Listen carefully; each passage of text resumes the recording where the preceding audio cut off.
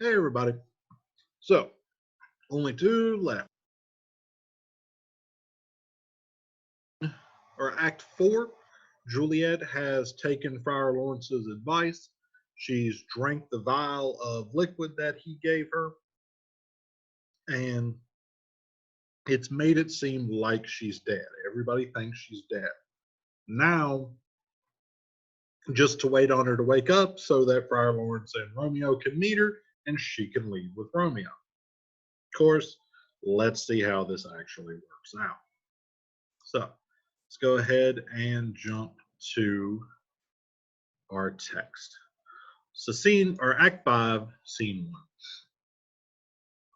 First video that we're going to do is going to be pretty short. It's only like 6 pages of text.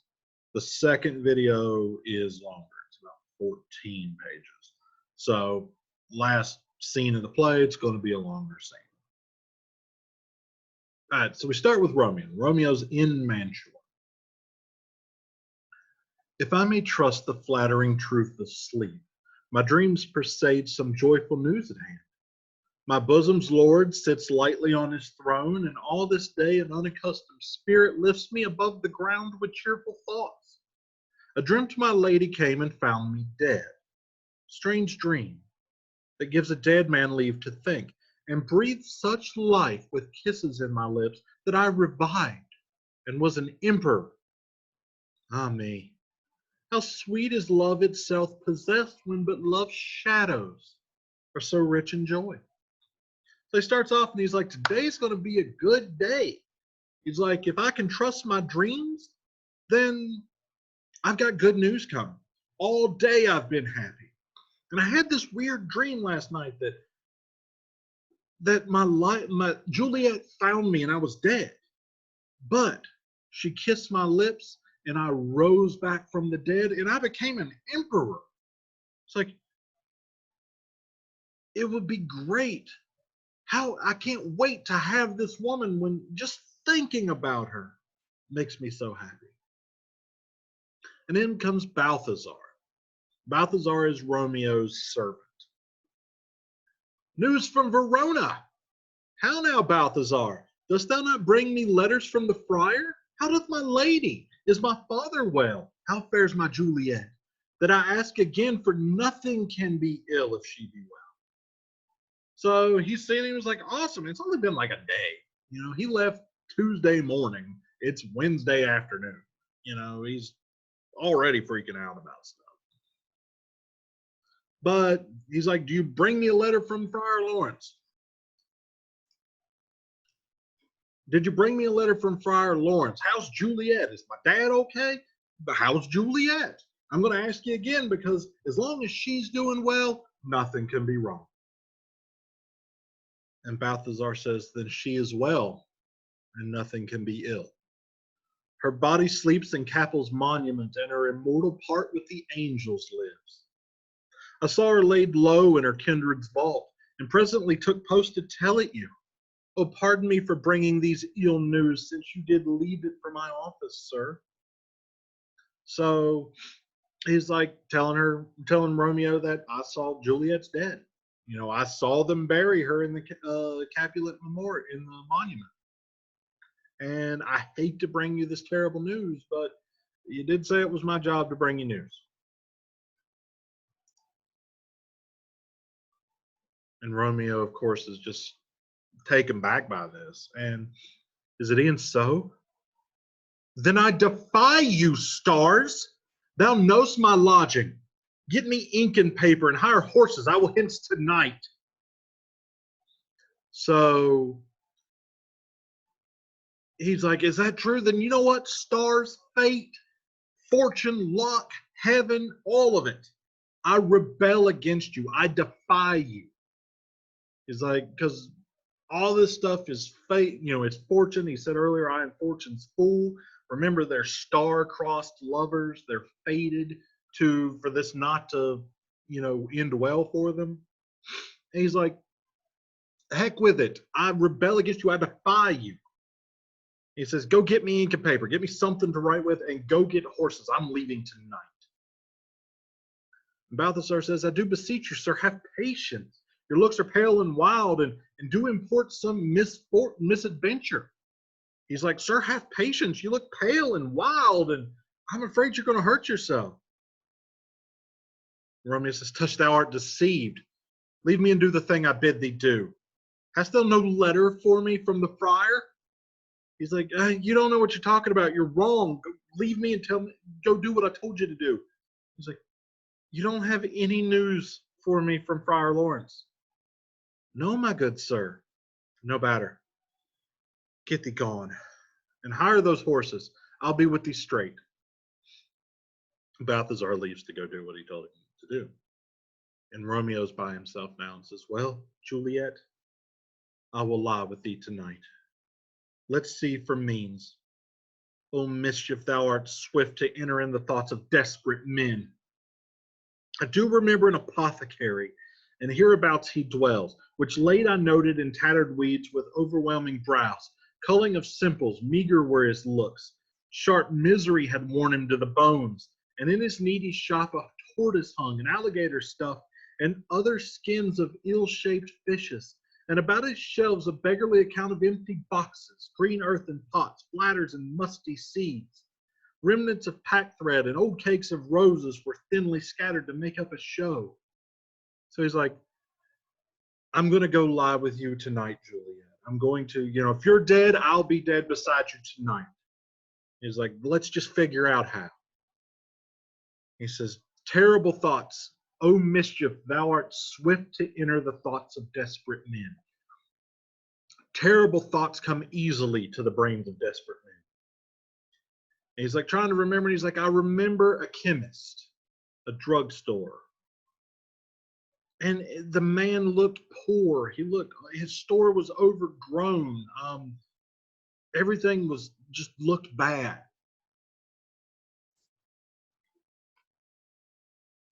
Noting this penury, to myself I said, and if a man did need a poison now, whose sell is present death in Mantua, here lies a caitiff wretch would sell it.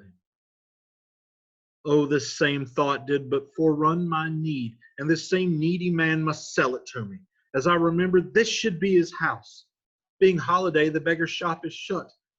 What ho! Apothecary! So he's like, I noticed when I saw how poor this guy was, and I noticed all this poverty, I said, you know what? Poison is punished. Like, you can't sell poison in Mantua. If you did sell it, they would come kill you. And I thought, you know what? This is a man that if somebody needs a poison, even though it was a death sentence, this guy's poor enough to sell it. He's like, I think I remember this is his house, and it's a holiday, and his house is shut, the shop is closed. So, I have to go to his house. So he's knocking on the door. Apothecary, pharmacist, druggist, chemist. And the apothecary opens the door. Who calls so loud? Romeo says, come hither, man. I see thou art poor. Hold, here is 40 ducats.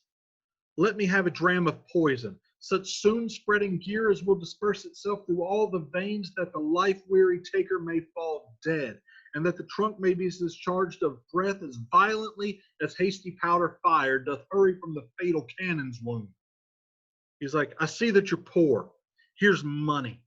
Please give me poison, something that works so fast that it would work faster than a gunshot. An apothecary says, such mortal drugs I have, but Mantua's law is death to any that utters them. He's like, I have what you're looking for, but I can't sell it to you. That's the death penalty if I do. And Romeo says, art thou so bare and full of wretchedness and fierce to die?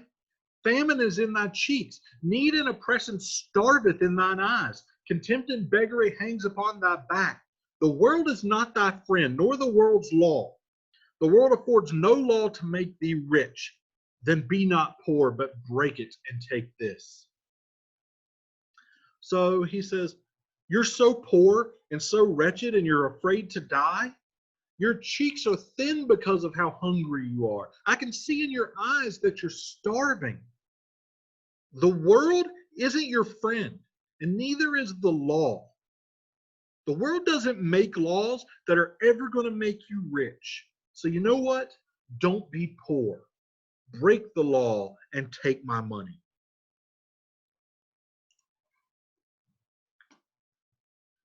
An apothecary says, my poverty, but not my will, consents. He's like, I agree, but because I'm poor, not because I want to. My poverty agrees with you. My conscience doesn't. And Romeo says, I pay thy poverty and not thy will. He's like, I'm not paying you to like this. I'm paying you because you're poor and need it. And the apothecary gives Romeo the poison and says, put this in any liquid thing, and you will, and drink it off. And if you had the strength of 20 men, it would dispatch you straight. He's like, go put this in liquid. And if you drink it, even if you were as strong as 20 men, it would kill you immediately. And Romeo gives the apothecary the money. And he says, there is thy gold, worse poison to men's souls, doing more murder in this loathsome world than these poor compounds that thou mayst not sell. I sell thee poison. Thou hast sold me none. Farewell. Buy food and get thyself in flesh. Come, cordial, and not poison, go with me to Juliet's grave, for there must I use thee. So he gives the money to the apothecary and he says, there's your gold. Money is a worse poison for men's souls and commits more murder in this world than the poisons that you're not allowed to sell. I've actually given you poison and you haven't given me any. He's like, here, go buy yourself some food. Get yourself healthy. And he says, come cordial and not poison. A cordial is like a medicine or even a drink that's not, a nice drink. He's like, come, and you're not poison. You're this beautiful drink. Go with me to Juliet's grave because that's where I'm going to use you. And Romeo leaves. That takes us to scene 2. So in comes Friar John. Friar John is another friar that's there with Friar Lawrence. Friar Lawrence comes in and he sees, or Friar John comes in, he sees Friar Lawrence. Holy Franciscan friar, brother, ho. He's like, oh, another friar, saying hi to you. And Friar Lawrence says, this same should be the voice of Friar John. Welcome from Mantua. What says Romeo? Or if his mind be writ, give me his letter. So Friar John is somebody that Friar Lawrence sent to Romeo. He told Juliet that he would send another friar to Mantua to let Romeo know the news. This is who he sent. So he's like, oh, what news? What did Romeo have to say? Or if he wrote me a letter, give me the letter. And Friar John says, going to find a barefoot brother out of one of our order to associate me, here in this city, visiting the sick and finding him, the searchers of the town. Suspecting that we were both in a house where the infectious pestilence did reign, sealed up the doors and would not let us forth, so that my speed to Mantua there was stayed. This is kind of funny that this scene, is happening in the world that we are currently, you and I, living in now. Friar John says, I went to go get another friar, another preacher, to help me. He's been visiting the sick in the city. And when I found him, the town officials, the cops, the health officials, they thought that we were in a house that there had been a sickness in, that there had been a plague in. So they quarantined us. They stuck us in the house and sealed up the doors and wouldn't let us leave. So I couldn't go to Mantua. They wouldn't let me out. I had to, they stuck us in, we quarantined, and social distancing, I couldn't go to Mantua. So Friar Lawrence says, who bare my letter then to Romeo? He's like, well, then who took my letter to Romeo? Friar John says, I could not send it. Here it is again. And he gives Friar Lawrence the letter. So he's like, I couldn't get it to him. Here it is. Nor get a messenger to bring it thee. So fearful that were they of the infection. He's like, they were so worried about spreading the infection, they wouldn't even take the letter. Friar Lawrence says, oh, unhappy fortune. By my brotherhood, the letter was not nice, but full of charge of dear import, and the neglecting it may do much danger. Friar John, go hence. Give me an iron crow and bring it straight into my cell. So he's like, oh, crap. This isn't good. This was not a nice letter. This is full of very important information. And the fact that it didn't get sent out is like going to cause problems. So he goes, go get me a crowbar and bring it to my room. Friar John says, brother, I'll go and bring it. He's like, I'll go and get it. Friar John leaves to go get it. Friar Lawrence says, and now I must to the monument alone. Within this 3 hours will fail Juliet wake. She will beshrew me much that Romeo hath no notice of these accidents, but I will write again to Mantua, and keep her at my cell till Romeo come. Poor living corse, closed in a dead man's tomb. So he goes, I have to go to the tomb alone, because in 3 hours, Juliet's going to wake up, and she's going to be really unhappy with me that Romeo isn't with me, but he didn't know. So I'll write again to Mantua, and I'm going to keep Juliet here in my room until Romeo can come get her. He's like, oh, that poor girl, that living corpse, that she's shut up in a dead man's tomb. So Friar Lawrence leaves to go get her. And that takes us out of scene 2. So now we have one more scene left in the play. So let's go ahead and take a look at your assignment for these first 2 scenes. All right, so let's take a look here. All right, so scenes 1 and 2. Go ahead and zoom. Okay. So where's Romeo when the act opens? Why is he there? Who's Balthazar? And what was the plan and how does it go wrong? When Balthazar turns up, Romeo has a lot of questions. What does this indicate about how Romeo's thinking? What's his state of mind? O mischief, thou art swift to enter the thoughts of desperate men. What does Romeo mean? How does it make his actions seem more believable? So when you answer this, what does that mean? How does that make it seem like what Romeo's doing is more believable? And what's Romeo's new plan? This part over here, I want you to make text messages between Friar John and Friar Lawrence. So you can write this in normal speak and just rewrite that conversation as texts and do it how you would want. You know, we don't text in full sentences. We put other crap in there. So, you know, go ahead and put in what you would normally put in as a text. And that's what we've got for that scene. So, one more video and we'll be done with the play. That'll be our 15th assignment and we'll go from there. All right. Hope everybody stays safe. I will see you in the next and the last video.